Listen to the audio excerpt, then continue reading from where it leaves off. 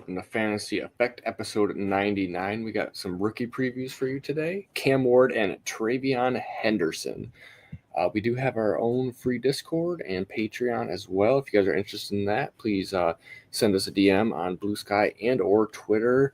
And as always, please like, comment, and subscribe to the YouTube page, podcast, Patreons, Discords, whatever you want to get into. Holler and McSpank here with me tonight. How's it going, guys?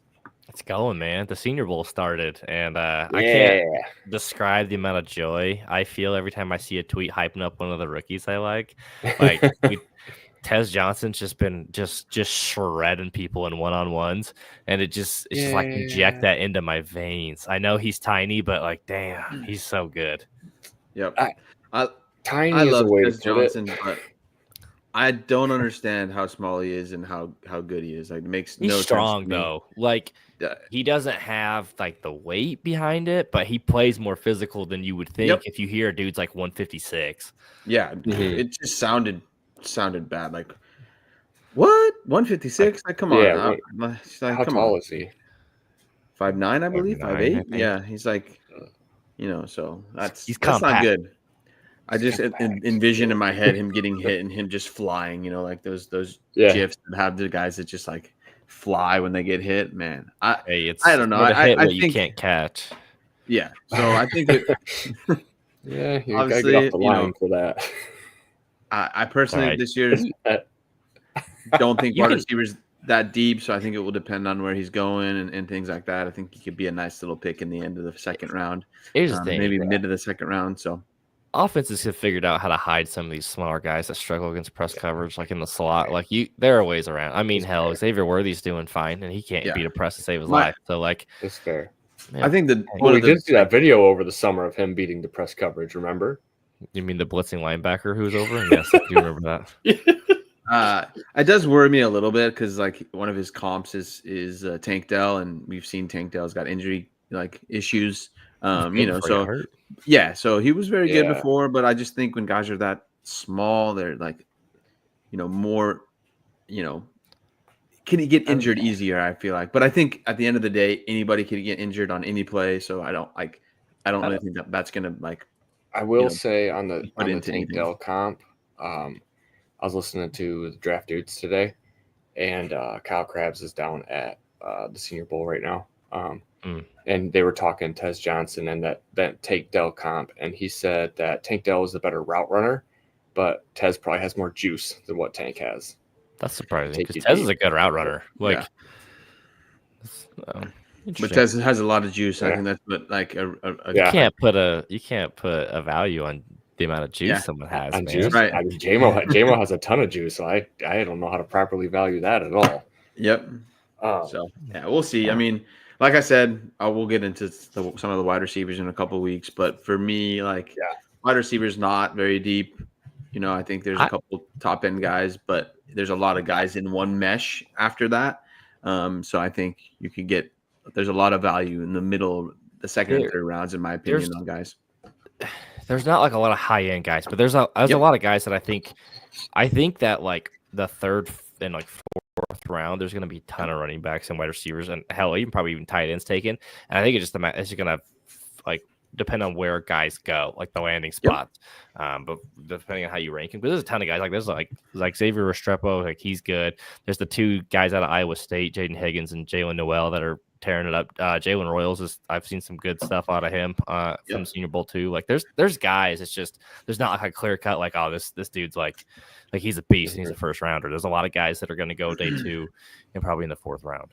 So. Yep, 100%. So I've done probably maybe 4 or 5 rookie mocks now, and just like that late second, third, excellent value there. And so I think obviously it's early and mocks are so different. There's guys still in there that Sleeper needs to get rid of that are going back to school and all that. Yeah. But it just is showing you, in my opinion, that this is a deep class.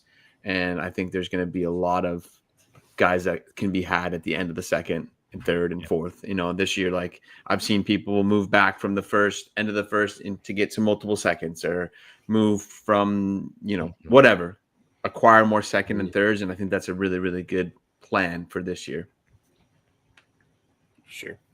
Sure, let's get into the news a little bit here before I slack on my duties here.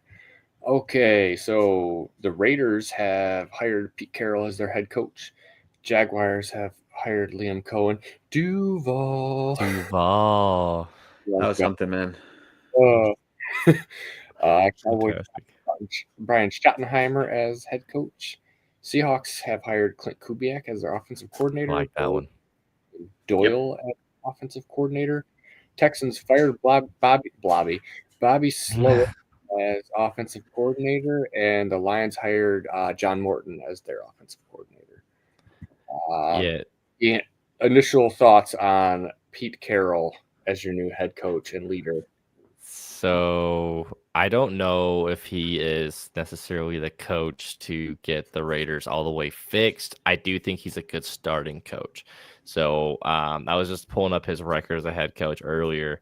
He was in Seattle for a long time. He had 3 losing seasons. 2 of those were the first 2 years he was there, and then every other season was a winning season other than in 2021. He went 7-10, which honestly, if the Raiders go 7-10 this year, I'll take that. Solid, if we look, competent, I think he's a good guy to fix kind of the locker room and get the culture established. He's obviously he's gonna be 74, I want to say. So like he's a little, he's not a spring chicken. But I do think like he'll put together a good coaching staff. He'll get the guys. He's a good coach. The team should be like disciplined. I think it's a good starting point. It's what we needed. Like, That's exactly what I was gonna say. Is like I think it's a solid solid hire. I think he's gonna put together a good staff, and I think overall he's gonna put a good foundation down. Right. I think they're in the right direction. However, whatever people want to say about Tom Brady's not running the show or whatever. Honestly, I think it's probably been solid for them so far. Right. He came in after the beginning of the season last year, so we'll put last season out, but. So far, if Tom Brady is running the show, he's been doing things well, in my opinion. Good general manager, solid head coach. He could have gone out and gotten a Mike McCarthy or something like that and been like, come on, what are you doing? Could have gone Deion Sanders. Glad they didn't do that either. So I just think they're doing some things right. And I think it started with the GM. I think that's going to be a really good GM. It'll depend a lot for me what happens with the draft, because I've seen the Raiders do it time and time again. Either move up when they don't need to move up, or draft a player that is just fast or whatever, right? So I've heard some rumors of them moving up to get Shador. I know Shador has like ties with Tom Brady, but I just don't see that happening, right? I don't know why, but just part of me just doesn't see that happening, right? I think they could possibly get him at the spot they are. I've seen a lot of different mocks now, and so I think I'm going to be watching a lot. I used to like the Raiders, so my stepdad was a Raiders fan, and so I remember 2000. Yeah, I know. I was going to say I remember 2001. With John Gruden, and they lost the Super Bowl, and so it'd be for me. I think it's the NFL is better when the Raiders are good. Just I don't know why. I just think that's how it is, and so I think the right. They're making the right moves. So what? I remember when Raiders fans told me a draft Nick was going to be a perfect GM. I think he's talking about Mike Mayock. Mike Mayock. Okay, first of all, I don't think Mayock was that bad. I don't think Mayock was the problem. I don't think he had too much say in that because he was there when Gruden was there. I think that was all Gruden ran the show, and Mayock was just the kind of a figure there. I actually don't think Mayock was that bad, but we don't have. Yeah, the draft Nick typo froze me. I was like, wait a second, what is he trying to say there? Yeah, but I don't know about Mike Mayock. I remember him being from TV man to then GM. So I'm with you, Spanky. I don't really know how much say he had, and so that's why I'm really going to be watching the draft this year, because if it's the same thing again and again, I just think it's kind of like the Bears. They're doomed, Don't forget that it was a couple years ago where they drafted the wrong dude. They drafted the lineman out of Alabama instead of the guy from Tennessee. So they even called the other guy, and they put the claim in, and like you. Yeah. Anyways, we don't need to read misery. I would say I really, really like the hire of Clint Kubiak. Obviously the first couple weeks in last year with the Saints. They were pretty solid. Their offense was really good. Yeah, when they were healthy. And then when they're healthy, That's and then the thing. everything. They were ravaged by injuries. I didn't realize that. You can't take anything from last season, hold it against them. Like, they were rolling out dudes that were on practice squads, so that shouldn't have been on an NFL roster. Like, that's exactly what I was saying. So I think this is going to be really good left on the offense by the end of the year. Yep, one. That's crazy. I think it's going to be really good for Ken Walker, JSN, DK. I'm assuming they'll go with Geno Smith again. So I think it just depends. I know Mike. I think it's Mike McDonald. There's too many Mike and Mix. I think that's one, and I think he's a solid head coach, right? So I think that's a good hire in my opinion. I thought it was a little funky that they got rid of their offensive coordinator, but I think they just him and the head coach probably didn't mesh well. So I think that happens. And then I've already talked about it before, but I think Brian Schottenheimer getting a head coaching job is silly. He's his resume speaks for itself. And then I also thought it was a little bit odd with the Declan Doyle head coach, or excuse me, the offensive coordinator. But I do think Ben Johnson's going to be calling the plays and running the show. So I think it's fine. Which, I mean, I feel like, though, so I've always kind of been under the assumption that, like, the Ben Johnson, like these young head coaches for the first time, it makes way more sense to hire like veteran assistants. Or like the offensive coordinator and defensive coordinator, even if you're the one calling the plays, like just having someone there who's been there and kind of can help you with some of the game management kind of stuff, I think will go a long way, as opposed to, I mean, Declan Doyle was the tight ends coach, and Sean Payton's one calling the plays there in Denver. So like, how much say did I guess they tried to spin this Doyle was like a trusted assistant to Sean Payton, which, I mean, maybe he was, maybe he wasn't, I don't know, but that's a weird one, right? Like, he must have just blown him away during the interviews, but like, it doesn't make any sense. And it's not like the tight end room was fantastic in Denver or really did anything, right? So like, how I don't understand. Unless it's just like a schematic thing, like bringing some of the stuff they did with Bo Nix and the offense, but I don't know. Yep, I don't know either, but I trust Ben Johnson. I think he learned a lot from Dan, so I think it's going to be all right. So I did think it was a little odd because I'm with you, Spanky. Like, I feel like it's the opposite. Usually you go with one of the older, seasoned offensive coordinator to help you get your ground footing, and then maybe they move on or whatever. But he's kind of going the opposite way with 28-year-old.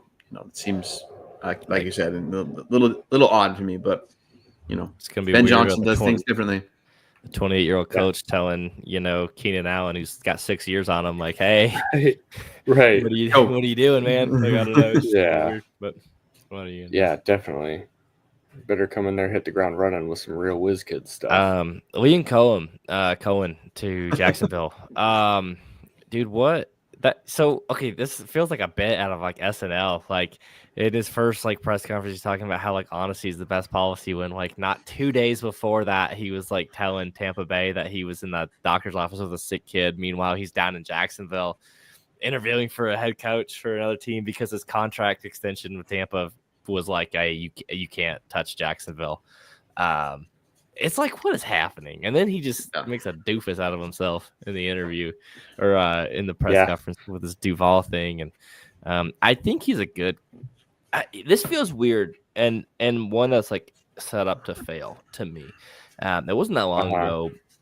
He was a college coordinator who didn't do well at Kentucky, and then I know he was with Sean McVay and the Rams for a while, and then he basically, and I know he wasn't calling plays there because Sean McVay was, and so he basically been calling plays for 1 year in Tampa, and now he's a head coach, which it feels like if Bobby Slowick had gotten a head coaching job last year after one successful year as an OC, and now he just got let go in Houston.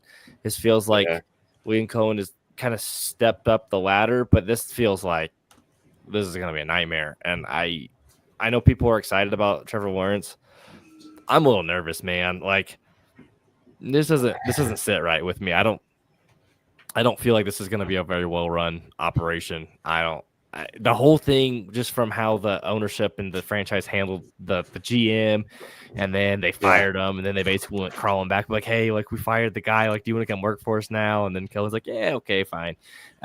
This whole thing just is like, what the hell? Yeah, not great. It's not. It doesn't sit well, at least from the optics from the outside.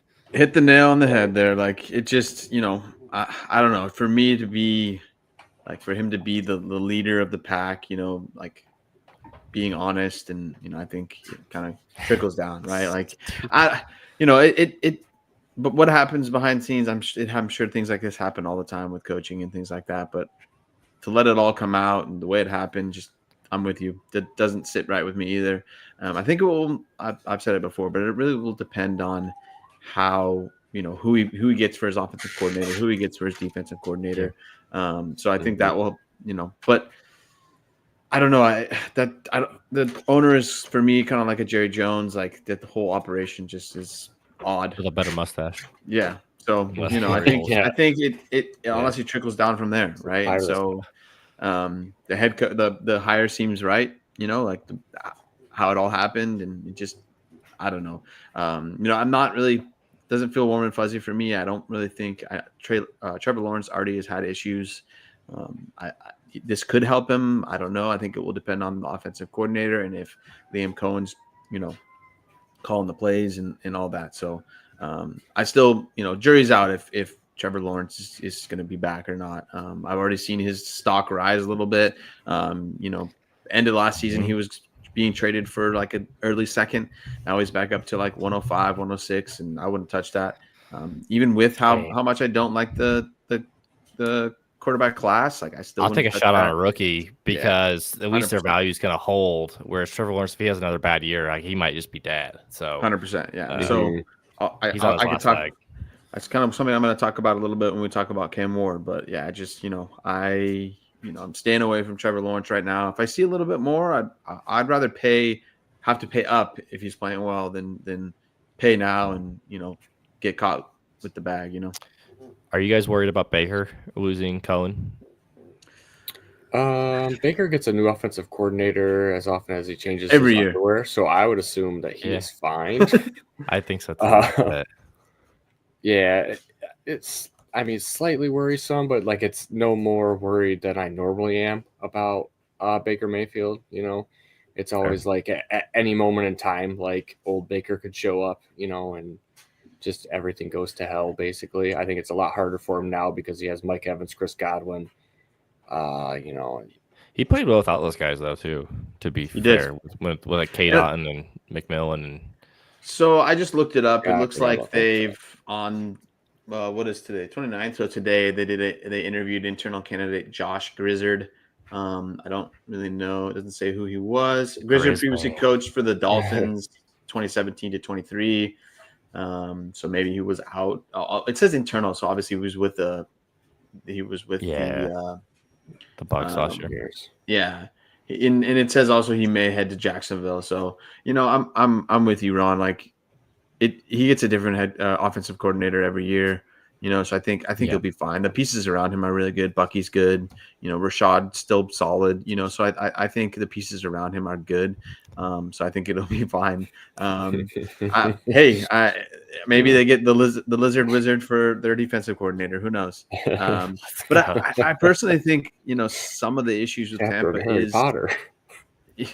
is the head coach a little bit. Like their offense was really good, but I think.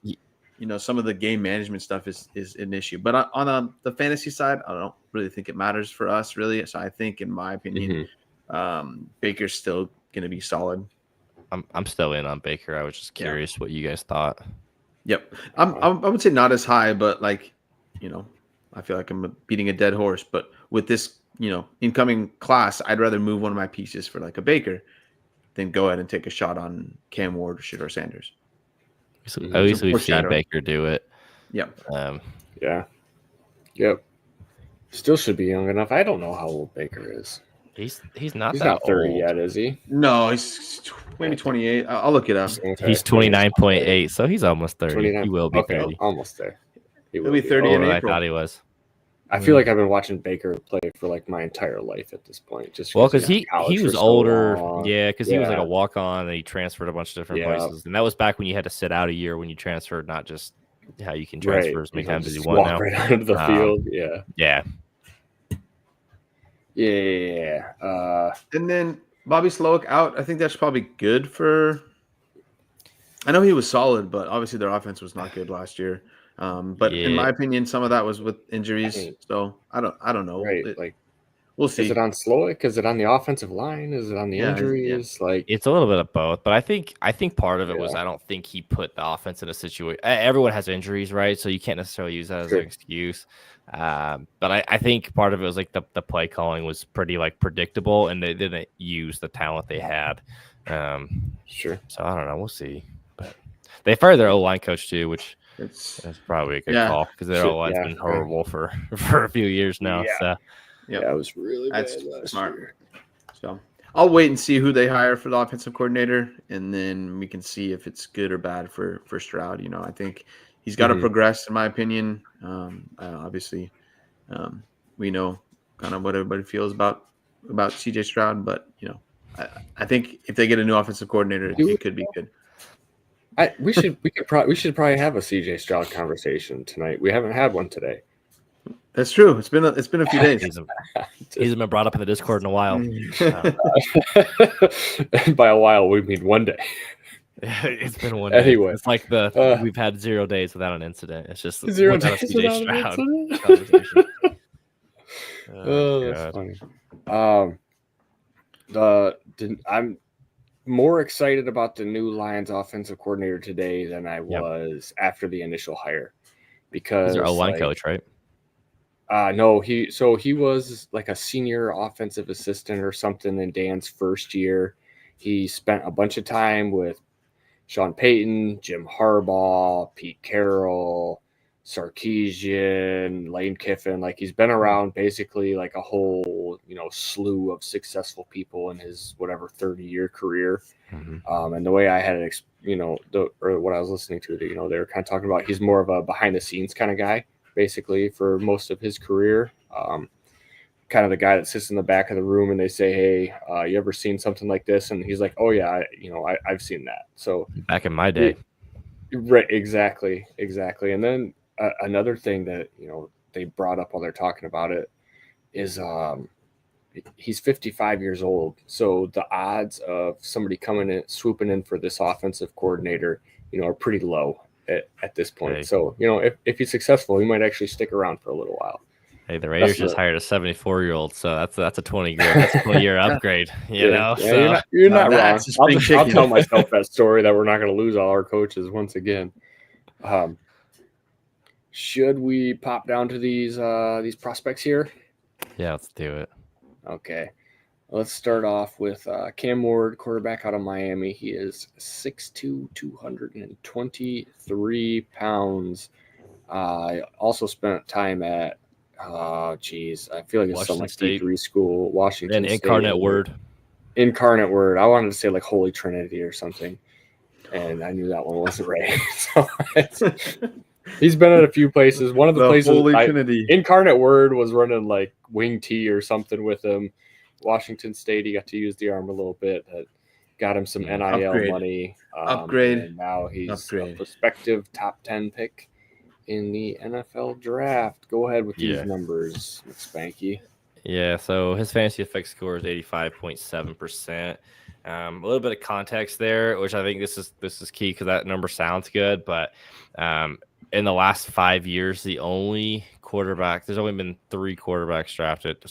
4 in the first round that have scored under 90% and been drafted in the first round. It was Bryce Young was one. Michael Penix, who was last year, and then also Anthony Richardson. So I guess he would be 4, and technically Shedeur Sanders would be 5 if he goes in the first round too. So just off the bat, not overly awesome. He has a 6.8 to 1 touchdown ratio to interceptions. He's been averaging 300 yards, like passing yards a game. Yards per attempt 7.8 for his career, which is pretty solid. It was quite a bit higher his last year. Some of those numbers are down a little bit from when his time at Incarnate Word. just a completion percentage 75.8, which is pretty good. Two of the ones I wanted to touch on. So his pressure passer rating is 88.7. A little bit of context, that's 11th in the nation for college football his last season. So he improved year to year. His struggles against pressure were pretty well documented. It's one of the biggest concerns people had on him. He did improve this last year at Miami. It's still not overly awesome, still something he struggles with. And then his deep ball, he had an adjusted completion percentage over 50, which is 16th in the nation. So pretty solid. If you look kind of against his top 40 defenses he played, he didn't get a ton of usage playing in the ACC in the Pac-12. There was only like 5 games he played against top 40 defenses. Numbers are pretty good there though. Like he averaged over 318 yards a game there. 1.6 touchdowns, 1.2 interceptions per game. So his touchdown to interception ratio got down a little bit. His NFL passer rating is 86.6, which is a little concerning. So you can see he struggled against some of the better competition he played, but he lit up some teams that sucked, which ain't good for him. But that's a little bit of the numbers on Cam Ward. So what'd you guys make of him? Yeah, so I watched a few games. I've watched games, the last 2 years a lot more from him. Obviously, with being Washington State, I watch a lot of Pac-12 just because, Pac-12 after dark. So one game I did end up watching a little bit more of was Oregon. I thought he played, like this was in 2023. I thought he played pretty well against that. That's a top defense, right? They put a lot of players in the NFL. So I thought that game was solid, but he put up 438 yards. His completion percentage was 70%, but he only had 1 touchdown. And I'm not saying that's his fault. I think at Washington State, it's not the best, overall, that's not the best team. Sure. But that's one highlight for me. And then a couple other games I was watching, I just was like, what is he doing? Like, I see that he can kind of extend the play, but for me, a lot of times when you extend the play, like sometimes the ball goes all over the place. And so that's one big thing I have for him is like the ball, is going all over the place. And I notice a lot of times he doesn't place the ball very well for the receiver to extend the play or get into a good position for the receiver to create yards after the catch. Maybe that's some of the receiver, maybe that's some of the quarterback. But for me, I think it's really important for the quarterback to put the ball in a good spot for the wide receiver to extend the play or to get yards after the catch. And that's something that I noticed quite a bit. It's just like, where are you putting the ball? And so I feel like he kind of just likes to sling it a little bit. I don't know if it was Spanky who had the first one or not, but Jameis Winston came to mind for you. And I was just like, whoa, spot on. Because last night I was watching some more film and I was just like, holy moly, that's Jameis Winston. And so I think another thing is like he's going to go to possibly Tennessee, possibly New York, and like those aren't great spots. I know Dayball is a solid coach for the quarterback, but I know he's got Malik Neighbors there. If he goes to New York, there's not really anybody there in Tennessee other than Calvin Ridley. And so for me, I just think he's going to be mediocre in the NFL. At best, like QB2. And so in fantasy, and you're going to spend like a 103, 104, you want that cornerstone piece that you can rebuild your team, right? And for me, I don't think that's going to be Cam Ward. Yeah, so I think for me, he's in my 107 to 110 tier right now. I don't think he's going to drop that far. I think someone's going to get excited because I think he's going to go in the top 10 in the NFL draft. I think someone's going to get all jazzed up and take him probably 102, 103.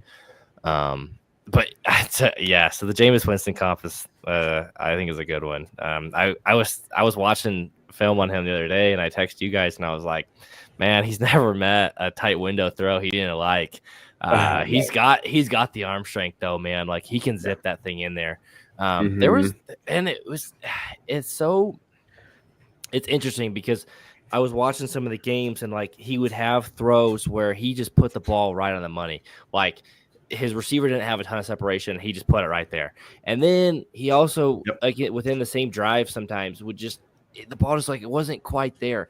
And then also there's like some of these windows where there's like two defenders just like this close, and he just says, I can fit it in there. And to be fair, he has done it. Like his arm strength, he can zip it in there. But it's like in the NFL, the windows they get a little tighter. Some of those balls might get picked off. I think that might be a little bit of a learning curve for him, is like figuring out like, okay, what can realistically he can get away with. I did think he handles himself in the pocket pretty well. Like he doesn't just like freak out and get happy feet.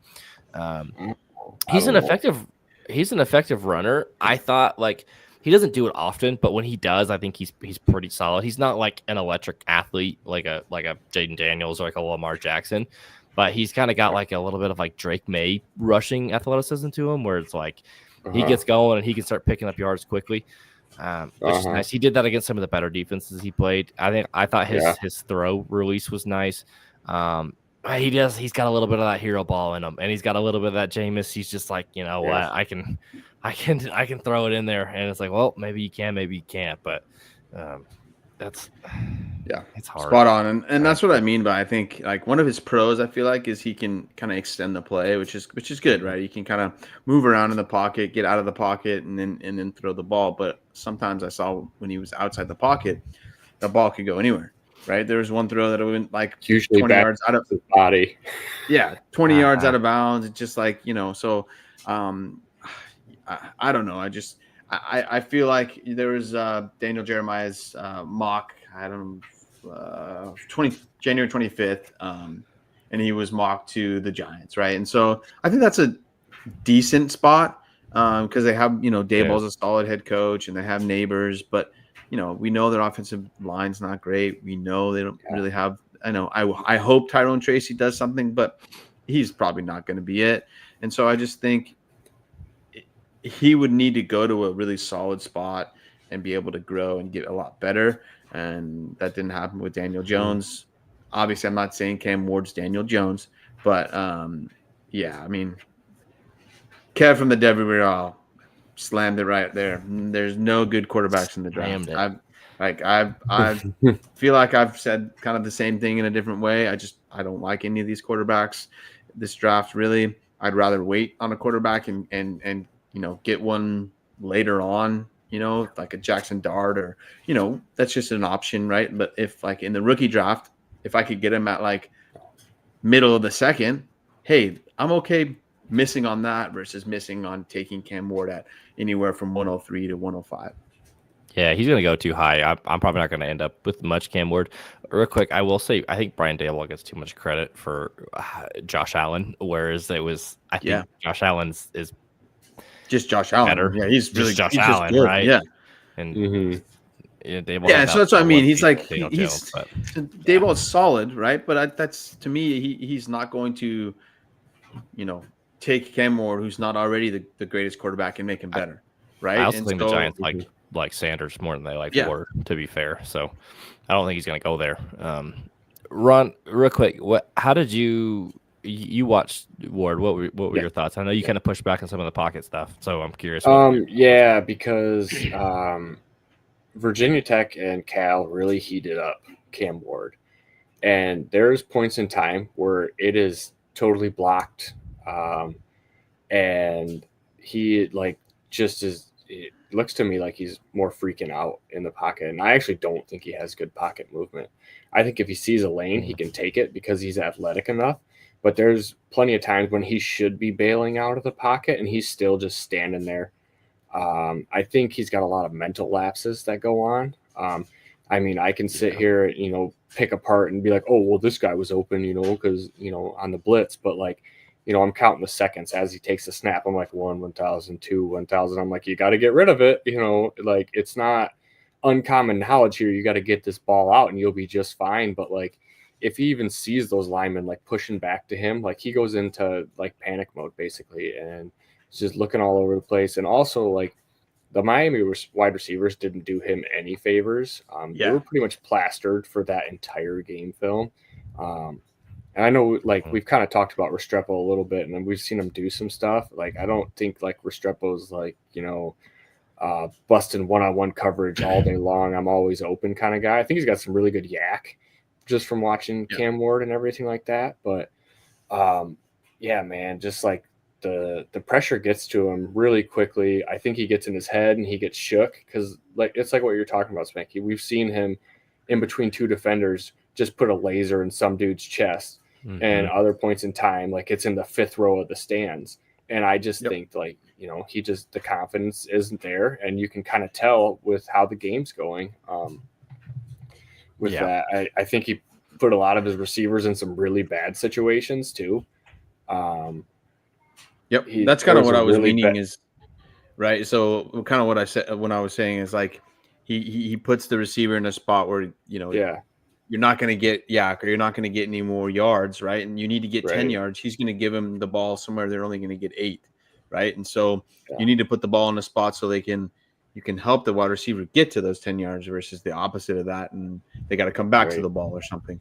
And so I saw too much of that. I was watching a lot the Duke game, and that one's just like, oh my goodness gracious, just all over the place, and it just and it was a lot of it. It's like for me, it was the craziness was how it would go from one throw to the next throw was so different, right? It's just like, how can we be the two different people in the same drive? I do want to push back a little bit because it sounds like we're dumping all over him. But the Virginia Tech game, he threw for 340 yards and 4 touchdowns. In the Duke game, he threw for 4 bills and 5 touchdowns. So it's not like it was all horrendous. Yeah, like he put up numbers. And he threw for over 4,000 yards and 39 touchdowns this last year at Miami.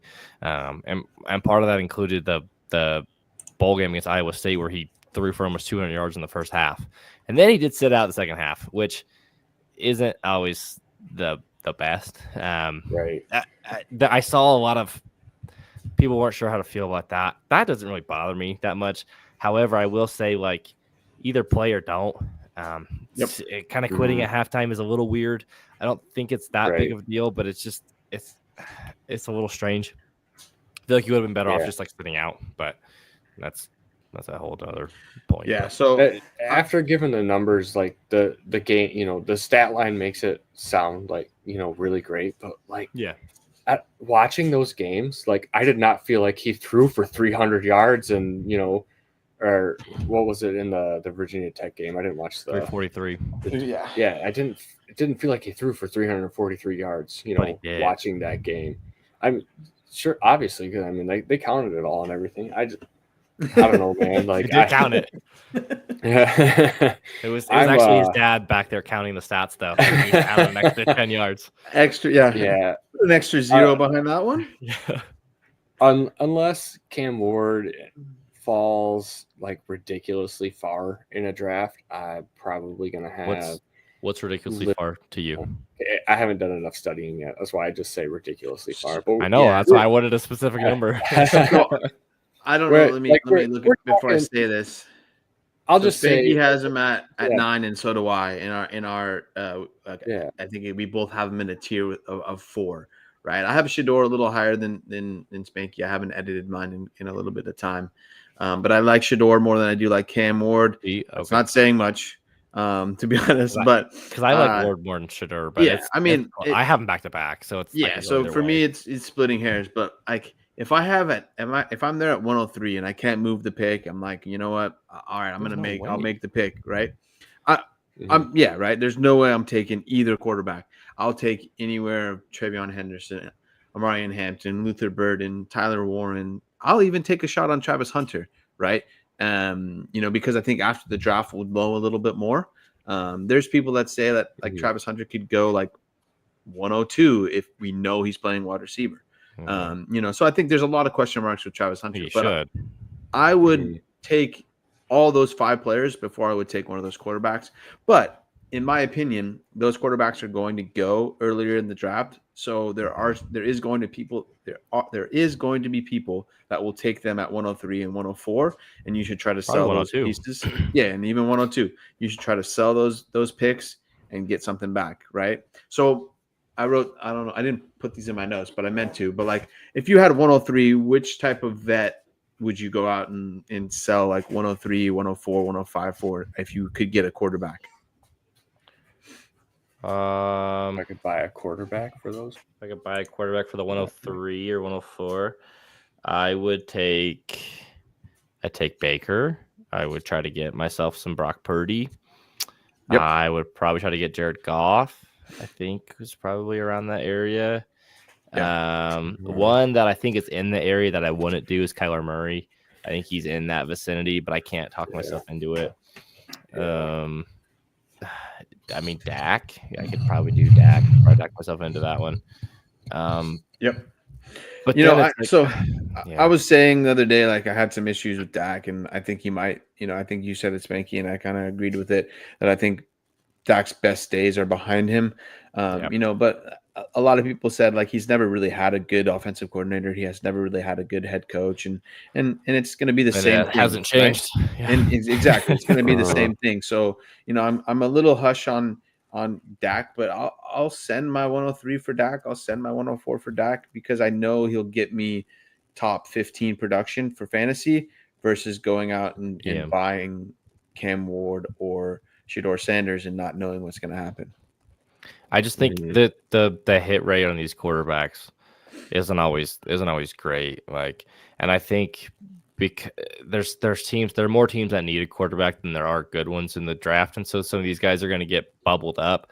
It's not like how last year we had a ton of quarterbacks that probably, I mean, honestly, out of the 6 that were drafted in the first round last year, they would probably all be ranked ahead of Cam Ward and Shedeur Sanders whether they came out this year. Would you agree? I mean, maybe not Penix, but that's. Yeah, I mean the other 5 for sure. Yeah, and probably still would have been just based off of his senior season. Yeah. So if I were to rank them, I probably would, probably put Penix ahead of both of them. I didn't really like him either, but so like all 5, and then it'd be Penix maybe 6 or 7, and then Cam Ward and Shedeur would be probably 8 and 9, right? Shedeur and Cam Ward. So I've said it again and time again. Like I am out on the quarterbacks, the early ones. I'll take a shot on some of the later ones if I can get them at the end of the second, beginning of the third. I don't think a guy like Kyle McCord is going to be a starting quarterback. I don't even know if Jackson Dart will be a starting quarterback. But if he lands on a good spot that needs a quarterback, and say like a Tennessee, goes with defensive at 101, and then at 201 they go back and take Jackson Dart. That's awesome. I'll take Jackson Dart early second because he has a chance of being the starting quarterback. See, I actually like Jackson Dart, but we can do quarterback for another day. We can exactly, Wes. He's definitely worth the dart throw. But yeah, so I mean, Cam Ward, like, he's fine. I probably won't end up with too many shares of him. I feel comfortable taking him kind of as early as 107 or 8 if I kind of had to. But honestly, like, I don't think he's going to make it that far because I think he's going to go in the top 10 of the draft, and people are gonna want to take him at 102, 103 in super flex drafts, and I can't do it. So I'm 100% with you. I think in like fantasy effect dynasty theory leagues, I think we will see him drop in those leagues specifically, like the ones that pretty much most of mine are comprised of. I don't have many rando leagues anymore. But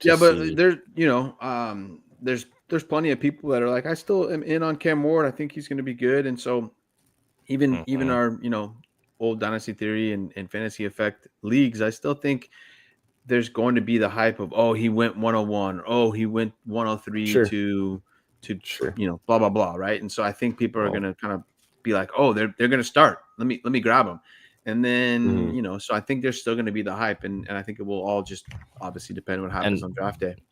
So just for context, I just looked up. So I pulled up, Dynasty Nerds, who a lot of people do follow. They have Cam Ward as their 101 over there right now. I just saw an article from the other day. So I think there's going to be people that take him super early.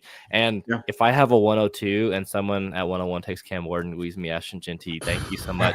Let me know your address so I can send you a nice fruit basket. Oh my gosh. Fantastic. Yes, please. That would be like, I couldn't smash draft fast enough if that happens. I might drop dead of a heart attack before I be able to hit accept on my phone. Or I might be the opposite. I might wait the whole time and just watch. Be like, I'm getting Ashton Genty at 102. I'm gonna let this thing auto 8-hour clock. Yeah.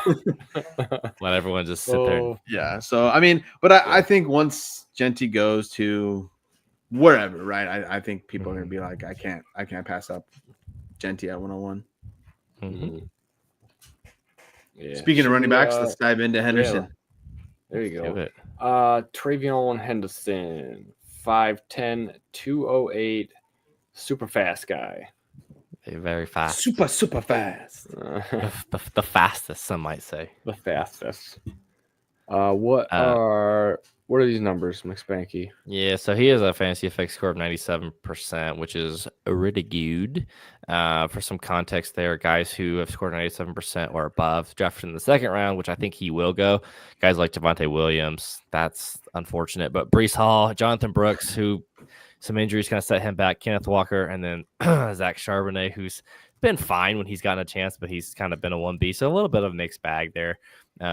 If he falls to the third round, it gets a little dicier. There's not as many guys there, but like Rashad White, Tajay Spears, and Devon Achane are some of the guys who fit that kind of mold. Some of his other key numbers, right? So yards per route run, 1.14. He's got basically for running backs, I look for if they have over 1 yards per route run, that's pretty solid. So he hits that marker. Almost 18% of his runs result in what is classified as an explosive run, which is like 10 plus yards. Missed tackles forced per attempt on 22% of his carries. And then average yards after contact is about just under 4 yards, which is pretty solid. If you look at some of his runs, his stat lines against a top 40 defense, he played quite a few of them, given that he played in the Big Ten. There was a decent amount. And his playoff run they went in this year, that was like 4 games. Really, it was a bit of a mixed bag. He had a couple home runs in the Tennessee-Oregon game. The Texas game, he had a 75-yard screen pass to the house. He didn't do as much in the Notre Dame game. Quinshon Judkins kind of took that one. But the Notre Dame game the year before, he busted off a huge, 70-yard run that kind of won them the game. So his stat lines, a lot of the times they end up looking really good. But it's because he would break off like a 50, 60-yard run and then not a whole L slot. So it's a bit of a mixed bag in that, one, he can do it. One of the pros I came up with was he's a legit threat to take anything to the house. Like any touch, he could legit house it. Yep. He has awesome speed, but his vision is not the greatest. I think he's always bouncing, looking to try to take one to the house. He's not really a between the tackles kind of guy. He's almost like a really poor man. I don't want to say he's like a Jahmyr Gibbs because he's not, but that kind of usage with the speed. But Gibbs can actually run between the tackles. I see what you're saying. Gibbs is definitely better between the tackles, but I do think that TreVeyon has a little bit more between the tackles than you're giving him credit for. Just a little bit more. Yeah, not much more. I think he's fine at it. He's fine at it, and that's where I'm at too. I think he's not great, but I think he's solid, right? And so I really like TreVeyon Henderson. I have him as my running back 2 right now. Obviously, that will shake up once we get landing spots. But if I can get him at 105, 106, I'll take him there. I've done a couple mocks. Like I said, he was going anywhere from 104 to 110. He's kind of all over the place right now. And it's super early, right? There's people like Quinshon Judkins more than him. I really think, there's people that don't notice that he's still on the draft board when they're doing mock drafts. It's fine. Yeah, absolutely. Well, some of the issue with that was they put 2 Quinshon Judkins in sleeper dead, and they're having some issues this year with their rookies. I've noticed. One of these days, a little too soon. They tricked me. So I think when all said and done, I think Hampton will probably be the running back 2. And I think Henderson will slot in at running back 3, just because I think Hampton will probably get drafted before Henderson. But still, I don't know. And there's things all over the place. I've seen, on Sports Illustrated, I've seen Henderson mock to the Cowboys, and that would be great. I think he would fit in really nicely there, and I think there's a lot of running backs that would fit in nicely with Dallas. So I think at the end of the day, just kind of where he goes will win, and where he goes will depend on where he lands in the draft. But I do think he's a great prospect. Can run the ball really, really well, really well. He's fast, and his pass catching is awesome. I will say he does have really good hands. The thing we haven't touched on is like he had his sophomore and junior year at Ohio State was really limited film because he was banged up a ton. Yeah. He had really good freshman tape. Like he broke onto the scene. His freshman year was insane. And then he kind of was just hurt. He wasn't quite there. He looked a lot better this past year. I think some of that is because he split a lot of touches with Quinshon Judkins. So I think that's one where you're not getting a bell cow with this guy. Like he's just, and I don't think he needs to be the way the NFL is anymore. But like, he's not going to be that guy. Like he's going to be like a 10 to 12 touch guy. But like I said, he could house any of those touches. Yeah. So I think one of his best, like one of his pros, big pros, is like it's just consistent big play threat, right? He can at any time can house it. And I think how the NFL is molding into the 1A 1B running back is like he's perfect for that, right? If he lands on a team that already has a solid running back and then they can pair together really well. I think he's going to be a really solid running back to flex play in your lineups, and I think there's a lot of spots that he could land, and it would be a solid spot. Yeah. On my notes, I have durability as just a question mark because we don't really 100%. Know.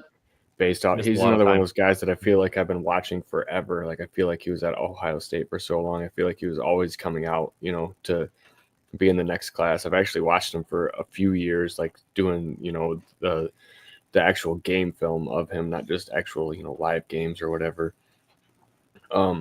But yeah, I agree with you guys. What you guys say, if that's blocked up and he sees a crease, he's gonna hit that and he's taking it out to the house. Yeah, no problem at all. I think that's kind of why some people think of him as Jahmyr Gibbs, but it's tough how good Jahmyr Gibbs is becoming. It's just hard to compare now. You know what I mean? Yeah, like he's not so good. He's not on that level at all, but he has some similar traits. That's for sure. Exactly. That's for sure. The comp I had, and Ron, I'm curious what you thought of this one, was Javid Best. Do you guys remember him? I like it. I do. I love Javid Best, man. Damn concussions. Yeah, exactly. Yeah, so he had injury durability too, but he was fast. They're similar builds to it. I think Henderson's got about like 10 pounds on him, but I think of course, Ron remembers Javid Best. Detroit Lion. I know he would. Best was good, man. But yeah, so I think I love Javid Best. He tried to win in the Olympics. That's neither here nor there. So I think Spanky put down your best landing spots: Browns, Cowboys, Raiders, Chargers, Chiefs. Like the Raiders is the one that's gonna happen. That would be awesome. my thing there would be is hopefully they draft or bring in like a vet. So then it's like a 1A 1B situation. I was just gonna say, don't think Madison's it. Don't think Sincere McCormick's it. Don't think who did we love last year? Don't lump me in. Do not lump me into this conversation. I tried to tell you guys all off season, and then finally I'm like, you know what? Maybe these guys are, maybe they're right about Zamir, and he could be a thing. Yeah. So I took Zamirs in some redrafts, and you know what, guys? I want my money back. In my defense, Zamir White, Alexander Madison was good. Like he was pretty useful for fantasy. That should have been Zamir White. I don't know what the hell happened. He's not good. That's what happened. He's just not good. I would love.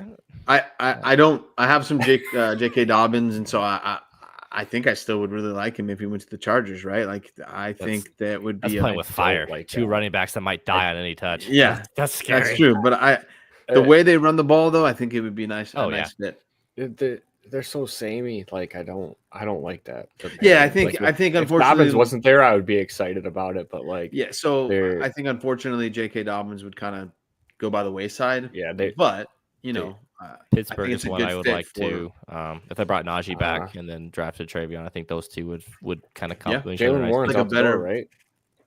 Him and Najee are both free agents, so they could both be gone. They might bring them back, but yeah, I think they bring one of them back in draft one with how deep the running back class is. So, but yeah, I was looking at where your best landing spots. I'm like, anywhere really. I mean, I'm kind of over the Chiefs, and it's just probably because we've seen it so many times. But I can't argue how good they are. But that would be a nice landing spot for fantasy. Yeah, I think that would be really nice. The Chiefs have lacked a good running back for a while now. Yeah, I think him and Pacheco actually would be a nice little duo. Yeah, so they probably would. As much as I hate to say that, but that would be really nice. Yeah, and they're almost a second round pick there. We've seen Kansas City do it before as well with a running back. That one didn't work out. Well, in KC, they have an early third round too. They traded it with someone, and so they have like 2 picks, kind of that one at the very back of the second round, and then one was like the top 5 pick in the third. So there's a shot there, kind of in that range where I think TreVeyon might go. Okay. Yeah, so I have him in the 103 to 106 tier. That said, like, how do you guys value that? Would you feel comfortable taking TreVeyon there, or would you try to trade one of those picks for, let's say maybe like an Achane? I think it's kind of in that range. Let's say maybe like a T Higgins or Rasheed Rice, maybe a Kyron or a Bucky. They're kind of in that 104, 105 range. How do you guys value that? So out of that group, I'm gonna take TreVeyon over Bucky. I'm gonna take. I'll take the other way. T. That's hot. Yeah, I know that Bucky was good and stuff. I just haven't fully adjusted to the new rank of Bucky Irving along the lines of Chuba Hubbard. Like, I'm just not there yet on it. It's just not something I would pull the trigger on. I'd prefer the guy that has a buttload more hype, behind him, and especially with the incoming rookie class. I'll probably take Achane, and then who was the other guy? You said somebody else too. I did. I can't remember who, but how about Kenneth Walker? That's your boy. I know. I'm probably gonna take TreVeyon because I have so much Kenneth Walker. I'm up to my gills in Kenneth Walker. This is more about just managing across my leagues. Okay.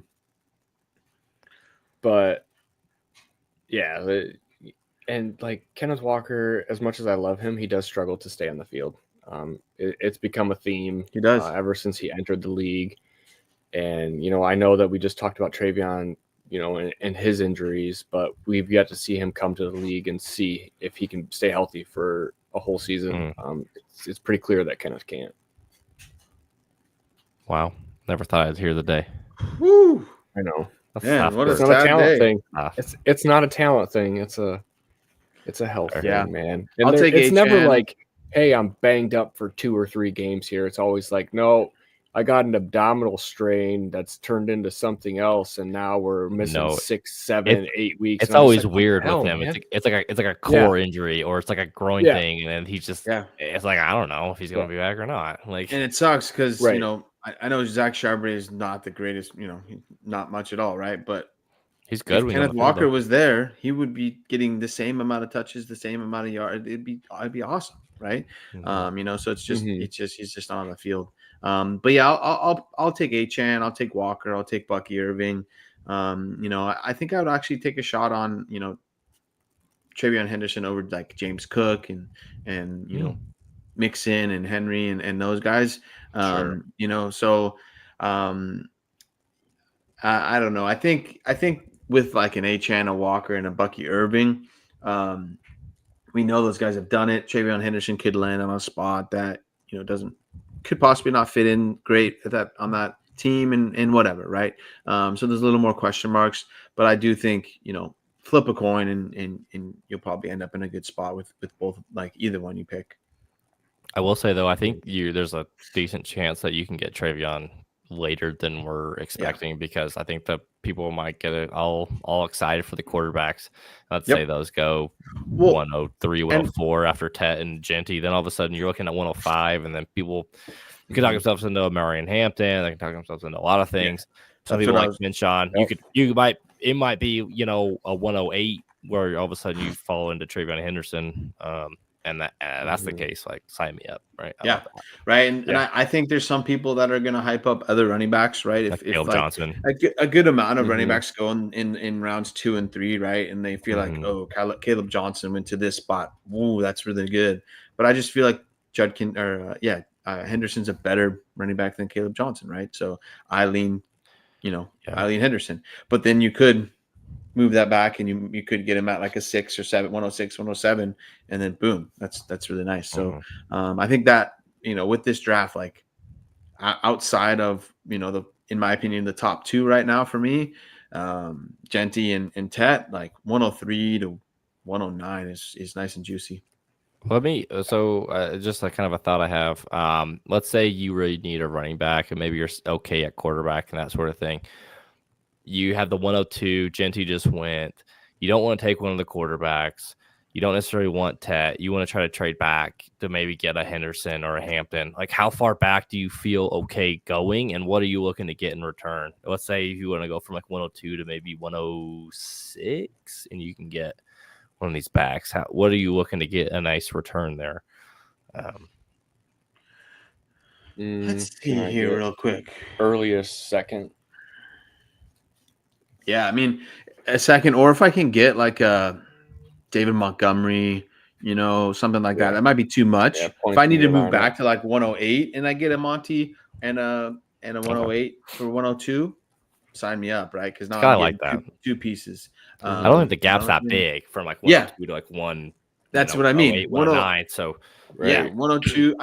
Right now I do have a gap between 102 and 103 a little bit, but once we find a spot, where Tech goes, it could be a 101, then a 102 to 106, tier, and then a 106 to whatever tier, right? So it just all depends on where Tech goes, in my opinion. But then I also think those quarterbacks could jump up to 2 and 3, and then now you have Tech moving down to 4, and so then you could have a tier of like 104 to whatever, and give me the later, give me a plus. I'll give you 104 or 103. And 102 even, and give me a plus, and I'll feel good about it at like, 6, 7, 8, or 9, because I can get myself one of a lot of guys, right? If I want to, hit on a running back, I can get, possibly Hampton, possibly Judkins, possibly Caleb Johnson, possibly, maybe that's about it in the first round. But then again, if I can get an extra second round and get myself like a Devin Neal or, Dylan Sampson's good. So I just think these running backs, there's a lot of them. So if you can move back and get a plus, do it. Yeah. Yeah, I think so. I'm with you as well. That's definitely gonna be the move. Hopefully we can accomplish some moving back. Feels like it gets harder and harder every year to move back in the draft. I think it does, right? But I think this is one where it might be more feasible as we get closer to the draft, because I think people are going to get excited about the quarterbacks, especially when there's like some momentum that maybe there's 2 in the top 10, and people are going to be like, well, all right, like the NFL's telling me, they really like Cam Ward. And it's like, well, NFL teams are dumb. So Thursday night after round 1, go ahead and try to sell, right? If we get two quarterbacks in the top 10, right after that, go ahead and try to start to sell your probably your 2, 3, 4s, unless you really feel good about Tet or whatever, because I don't think you're going to get Tet at 5 probably. So you maybe want to try to move. Some people don't like him. Yeah, there's it all depends. You know your league the best, but like once we get those guys, those 2 quarterbacks into the top 10, drafted in the top 10.